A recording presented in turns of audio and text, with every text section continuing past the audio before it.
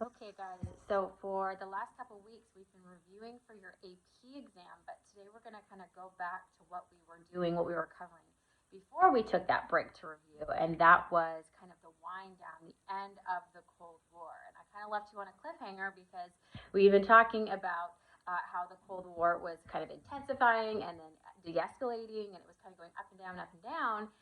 And then that next lecture, we were supposed to cover the end of the Cold War and the fall of the Soviet Union. But because of all of the changes to the AP exam, we took a break. So now we're going to go back and we're going to cover how the Cold War actually does come to an end. So just as a means of review, since it's been a couple of weeks, I'm going to give you kind of a crash course in the Cold War and the Soviet Union. So you remember you had Stalin, who basically forms the Soviet Union when he takes over all of those satellite states in Eastern Europe in the 1950s at the end of World War II. And then after Stalin, once he dies, you have Khrushchev. And remember, he is more reform minded. He wants to kind of loosen up some of the restrictions that you had under Stalin. He gives his secret speech and says, I'm going to be different. And people go along with it, but then he loses favor with the Communist Party after the Cuban Missile Crisis, which ends in defeat, humiliation for the Soviet Union. Kennedy looks like the hero at the end of that crisis. And so he's ousted by a coup within the party. So then he's followed up by Brezhnev, which, remember the Brezhnev doctrine, he's kind of more heavy-handed. He's not as far crazy as Stalin is, but he's definitely not as reform-minded as Khrushchev was. And so again, you kind of have an up and down in terms of Cold War policy and ramping up arms. You have that era in the 1970s called detente, where they attempt to kind of bring things down and de-escalate Cold War tensions. And so, up until this point, it's kind of been, depending on who the dictator is, kind of an up and down in terms of escalation and de-escalation of Cold War tension. So today, we're going to talk about how that ends and who it ends with, and that's a guy named Mikhail Gorbachev. And the 20th century is full of really meaningful people that literally changed history. This guy is at the top of everybody's list. Mikhail Gorbachev is one of those names that everybody should know.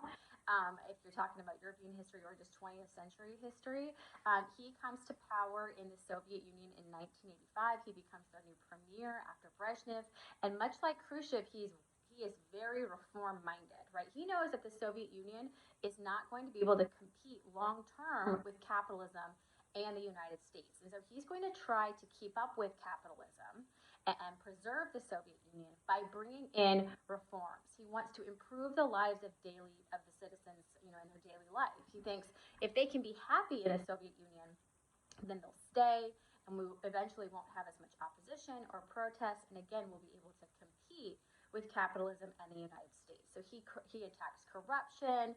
He looks for different ways that the Communist Party is inefficient or incompetent. He tries to educate members of the party. So he's trying to improve the party within, so that kind of that efficiency spills out into everyday life in the Soviet Union.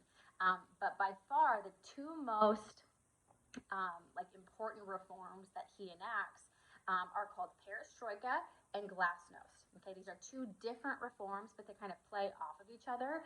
Perestroika, you can circle this on your lecture notes. This is his plan to basically transform the economy. Remember, he wants it to compete with capitalism.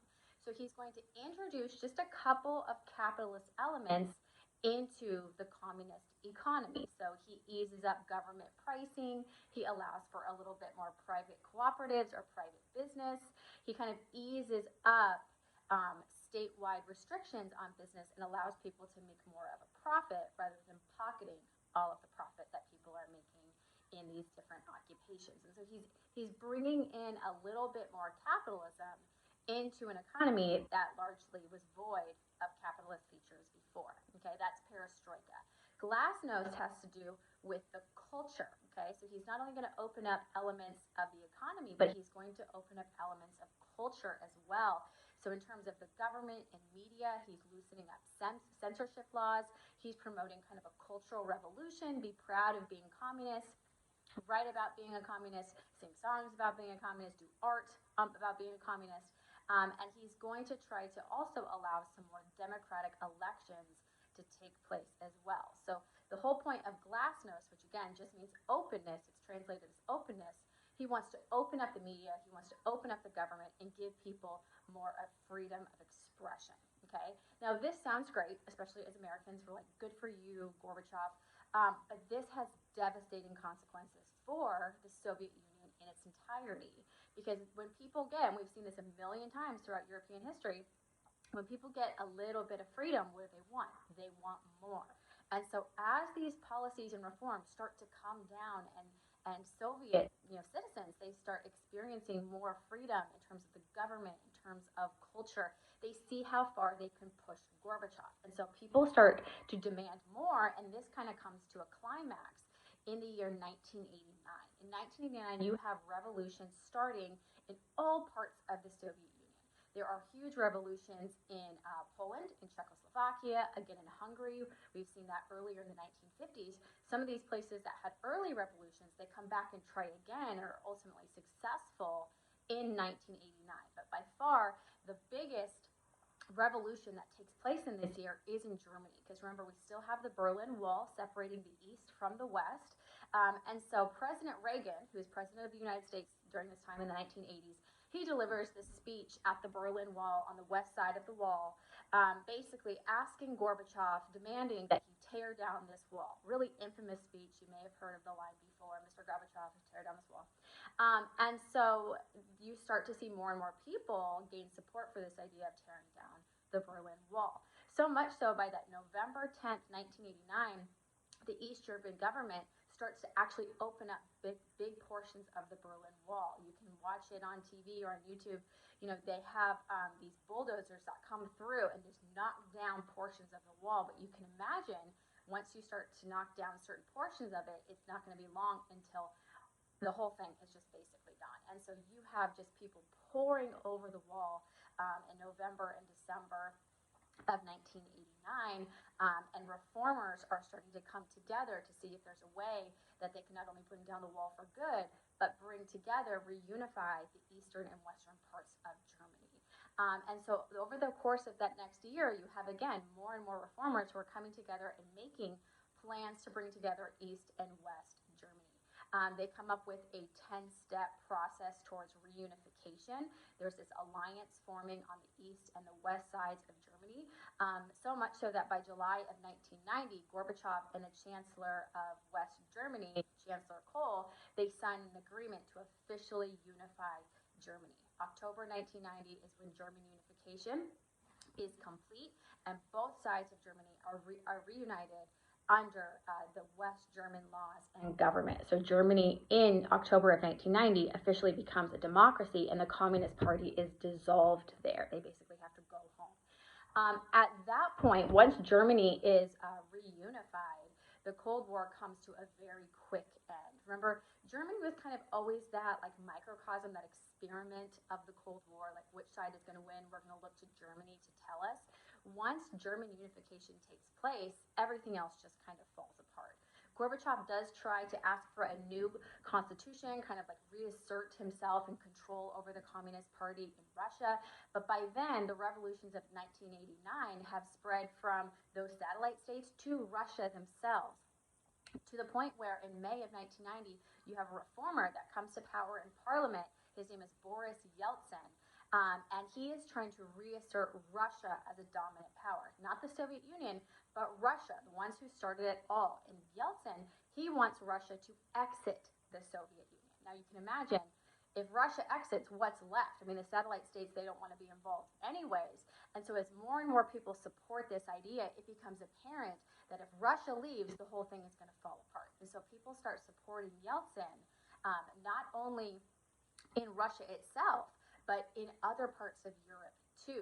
November 1990, you have European delegates that meet together in Paris, and they're basically outlining a plan for when the Soviet Union eventually does fall, because everybody can just kind of see it coming. They start to agree on new borders for these Eastern European states that are about to get their freedom, and kind of, again, just figuring out what's going to happen. What's the world going to look like? How are we going to respect Eastern Europe once it falls? And so September 1991, the president at the time, George H.W. Bush, he's president of the United States, He starts to de-escalate tension as well, kind of promoting the fall of the Soviet Union and the end of the Cold War. He calls off a 24-hour alert system that the United States had, watching for Soviet bombers, basically signaling to the Soviet Union, we're not worried about you anymore. We're calling off our bombers. We're not going to have this kind of escalated tension, around the clock with you. Again, kind of signaling in their minds, America's minds, the end of the Cold War and the end of Soviet power. August 1991, Russia officially withdraws from the Soviet Union, and that allows the remaining satellite states in Eastern Europe to also kind of break away from the Soviet Union.